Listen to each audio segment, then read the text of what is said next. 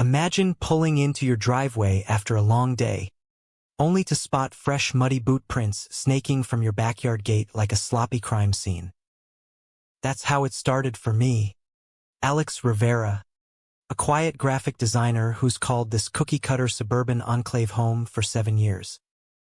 But in places like Willow Creek Estates, where the HOA rules with an iron fist wrapped in velvet gloves, peace is just a facade, until someone like Karen Hargrove decides your life needs improving, and suddenly, your own backyard becomes enemy territory. I'd always kept to myself, tinkering with my freelance designs in the evenings, maybe firing up the grill on weekends. The neighborhood whispered about me after that one rumor mill spin cycle. Some busybody claimed I was running an illegal business from home because I had clients over once for a portfolio review. Never mind, it was just coffee and sketches. Suddenly, I was the shady operator undermining property values. I ignored it, figuring silence was the best armor. But ignoring Karen? That was like ignoring a ticking bomb in pearls. Kicked off with a notice slapped on my front door like a scarlet letter. No polite mail, just taped there in broad daylight, screaming violation. Signed by Karen Hargrove, HOA President Extraordinaire, the woman who patrolled the streets like a self-appointed sheriff, clipboard in hand, lips pursed in perpetual judgment. Her complaint, my modest storage shed in the back, allegedly clashing with the community's aesthetic harmony. Bull. I jumped through every hoop, submitted blueprints, got the official stamp twice over. It was compliant down to the paint shade. So, I crumpled the notice and tossed it in the recycle bin. End of story, right? If only. That illusion shattered on a drizzly Friday when I clocked out early from a client meeting. Pulling up, I noticed the gate ajar. My rescue mutt, Luna, howling from the porch like she'd seen a ghost. Heart pounding, I rounded the corner and nearly face-planted over a mangled sprinkler head spewing water like a sad fountain. Muddy tracks everywhere, like a herd of elephants had stampeded through. And there, in my fenced sanctuary, stood Karen and her 2 minions, board members Ted and Marlene, prodding around like they owned the deed. Karen, with her perfectly coiffed bob and sensible flats now caked in dirt, wielded a measuring tape like a sword, stretching it against my shed while barking into a phone. Ted, the perpetual yes-man with a gut that strained his polo shirt, jotted notes on a soggy pad, and Marlene, who always looked like she'd swallowed a lemon, snapped photos with her phone. "What the hell is this?" I barked, loud enough to make Karen flinch mid-measure. She spun around, tape snapping back with a whir. "Oh, Mr. Rivera, we didn't expect you so soon. Just conducting a routine compliance audit. Standard protocol for suspected infractions." Her voice was all honeyed politeness, but her eyes gleamed with that petty triumph, like she'd caught me red-handed burying bodies instead of storing lawn tools. Routine? In my locked yard? Without so much as a heads-up, I stepped forward, careful not to slip in the muck they'd churned up. Luna's barks echoed my outrage. Karen folded her arms, clipboard shielding her like armor. "As board president, I have the authority to ensure community standards are upheld. We had reasonable suspicion, anonymous tips about unauthorized structures." Reasonable suspicion? She said it like she was starring in her own cop drama, but all I saw was a nosy neighbor playing dress-up. I couldn't help the scoff. "Tips? From who? The squirrels? This is trespassing, Karen. Private property means something, even in your little fiefdom." Ted mumbled something about bylaws, but Karen shushed him with a glare. We'll be issuing a citation for nonconformity. Expect it soon. And please, address me as President Hargrove." They marched out, heads high, leaving my yard looking like a war zone, broken irrigation, trampled flower beds, and enough mud to start a pottery class. I stood there, fists balled, blood boiling, watching them saunter away as if they'd done a public service. But then my gaze lifted to the discreet security I'd installed above the shed door after those rumors started flying. Hidden in plain sight, recording every glorious second. They hadn't spotted it. Idiots. A grim smile crept over my face. This wasn't over. It was just beginning. And oh, the irony, Karen, champion of rules, caught breaking the biggest one of all. The next morning hit like a hangover without the fun. I paced my kitchen at dawn, nursing black coffee that tasted like regret, Luna eyeing me from her bed like she knew trouble was brewing. Sleep? Forget it. My brain replayed the invasion on loop, Karen's smug measuring, Ted's awkward shuffle cracking the sprinkler, Marlene's flash popping like paparazzi at a scandal. Arrogance on steroids. I didn't waste time wondering if they'd follow through with the citation. What mattered was the goldmine on that SD card. I yanked the footage, time-stamped and crystal clear. 3 HOA busybodies waltzing through my gate, vandalizing as they went.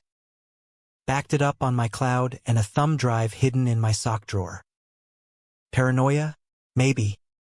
Smart? Definitely. By 9 a.m., I was at my sister's office, Elena, a sharp-tongued property lawyer who ate zoning codes for breakfast. She specialized in untangling HOA nightmares, and her desk was a fortress of files and half-eaten bagels. "This is textbook overreach," she said, scanning the bylaws I'd printed. "No warrant, no consent, they're playing vigilante. And reasonable suspicion? Sounds like they binge-watch too much Law and Order." I leaned in, voice low. "I'm done rolling over." "What's our move?" Elena grinned, tapping her laptop. "Police report first, trespass and property damage. Then a cease and desist, served hot via certified mail. If they push, we sue for harassment." Her eyes sparkled. "Let's make them sweat." By lunch, I'd filed at the station.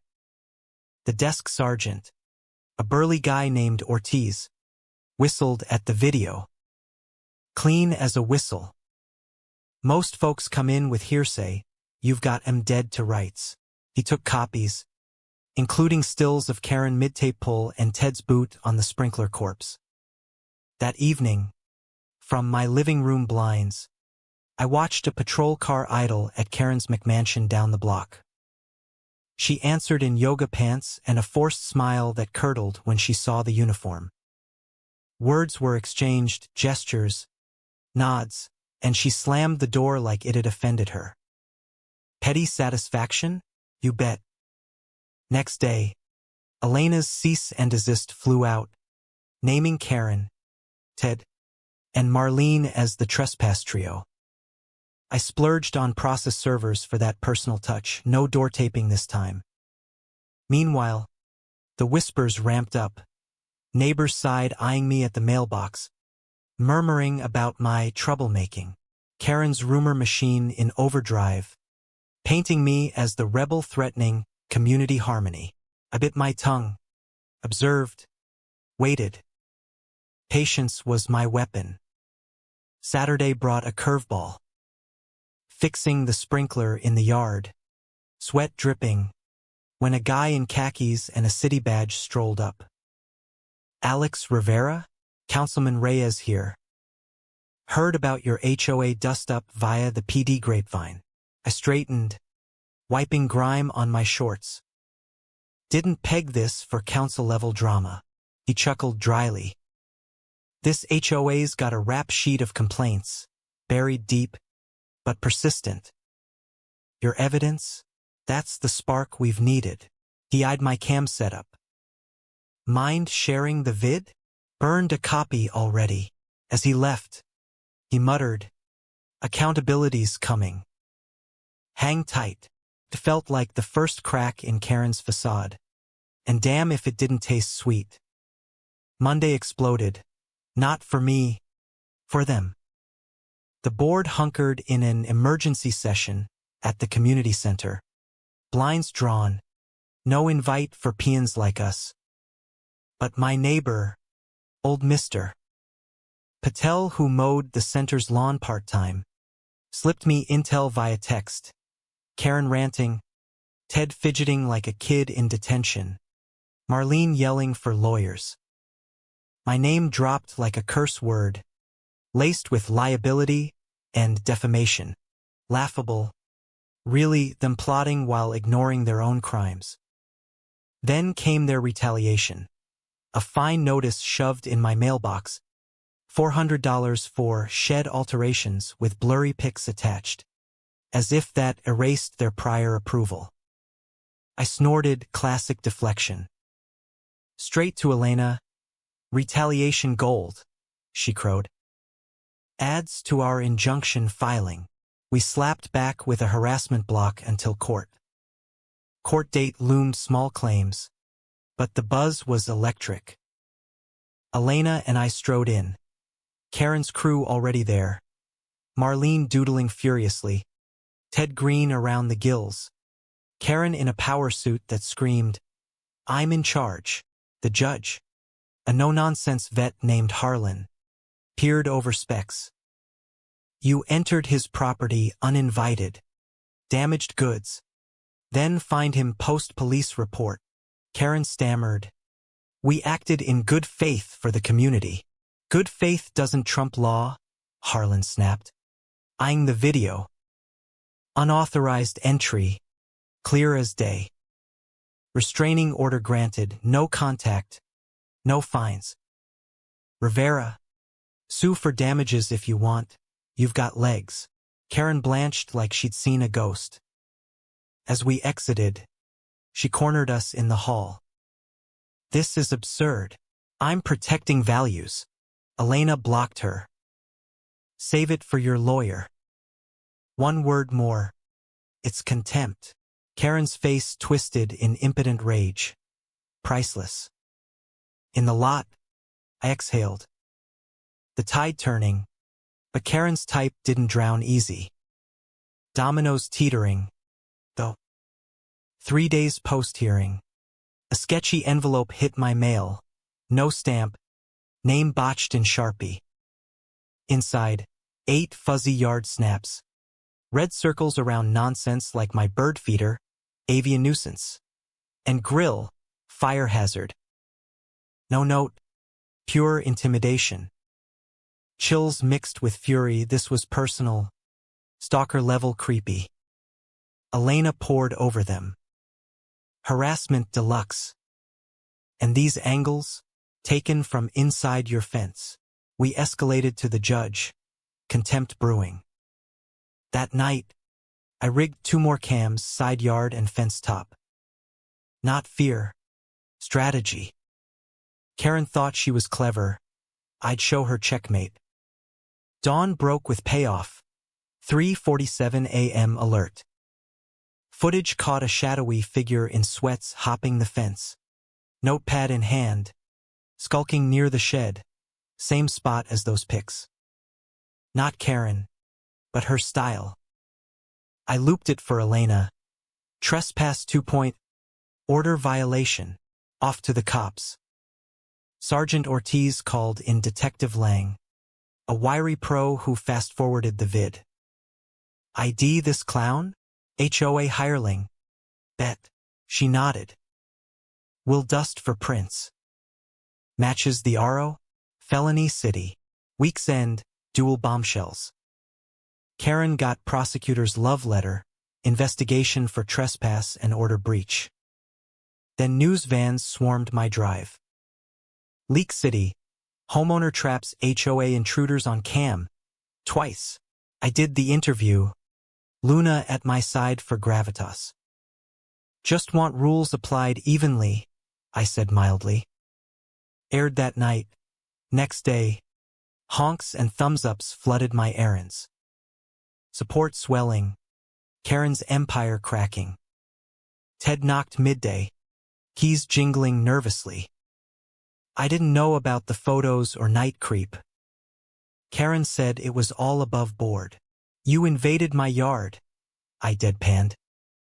Knew her game, he deflated. She claimed emergency powers. I'm out, Marlene too. Silence hung. He slunk away. Elena, quorum bust. Special election incoming. Your publicity's poison for recruits. By midweek, Karen soloed the board. Resignations emailed. Leaked to us. But she doubled down. Flyers to every door. Crimson screed decrying witch hunts and my fabricated vendetta. Accused me of doctoring footage. Eroding sacred order. Unhinged delusion. Neighbors chuckled behind hands now. Detective Lang rang. Night creeper? Freelance inspector. Karen's go-to. Paid cash for discreet docs. Read. Break-in. Subpoenas flew for her finances. Tipping point. Prosecutor charged. Trespass. Order violation. Surveillance shenanigans. Inspector flipped. Fingering Karen as puppet master. Audit motion on HOA books, 5 years back. Neighbors surfaced with tales. Bogus fines. Vanished funds. Coerced sales. Floodgates open. Court-supervised election. I backed reform slate, transparency pros. Landslide win. Karen ousted judicially. Lifetime ban. Restitution ordered. I gazed at my yard. Luna romping. Shed defiant. Justice slow-burned, but scorched earth. Karen's micromanaging? Now courtroom-bound. Spring ushered auditors. 3 suits in a bland car. Warrants ready. Karen's office relics. Snarky posters. Compliance or chaos. Her name etched everywhere. Locked safe cracked open. Elena called mid-hammer swing on my fence repair. Jackpot embezzlement. 1,000 siphoned for spas. Not sprinklers. Felony fraud. Next dawn. Cops raided Karen's pad. Mr. Patel texted. Cuffed and stunned. Like a deer in headlights. Charges piled. Embezzlement. Forgery. Wire fraud via sham PayPal. Ripples hit hard. Dozens stung by her schemes. Homes lost to pressure. New board tapped Elena as counsel. She swung by with apology packet. Signed regrets. Check for damages plus settlement. Accept. With addendum. Cam stay forever. Bylaws etched. Done. Trial ignited May. Courtroom zoo. Residence. Press. Ex-allies shunning Karen. Prosecution timeline scorched. Invasions. Fakes. Fund thefts. Intimidation emails like, make Rivera fold. Her stand? Martyr act. For the greater good. Till vid replay silenced all. Jury. Guilty unanimous. Sentence. 3 years prison. Parole post 1. Restitution. Decade ban on power roles. Ethics class mandatory. Courthouse steps buzzed. Cheers. Sighs. I slipped home. Porch sitting with Luna as sun dipped. Mr. Patel dropped cider. Fresh start. Minus tyrants. Neighborhood exhaled. Peaceful at last. New board's debut. Open-air meet under oaks. No barriers. I lurked silent, my legacy and policies. Clean ledgers. Sprouting cams community-wide. Solidarity. not siege. But here's the kicker. Was I the villain for fighting back against authority? Or was Karen the real threat, hiding crimes behind a clipboard? You tell me. In a world of petty powers, who truly deserves the cuffs?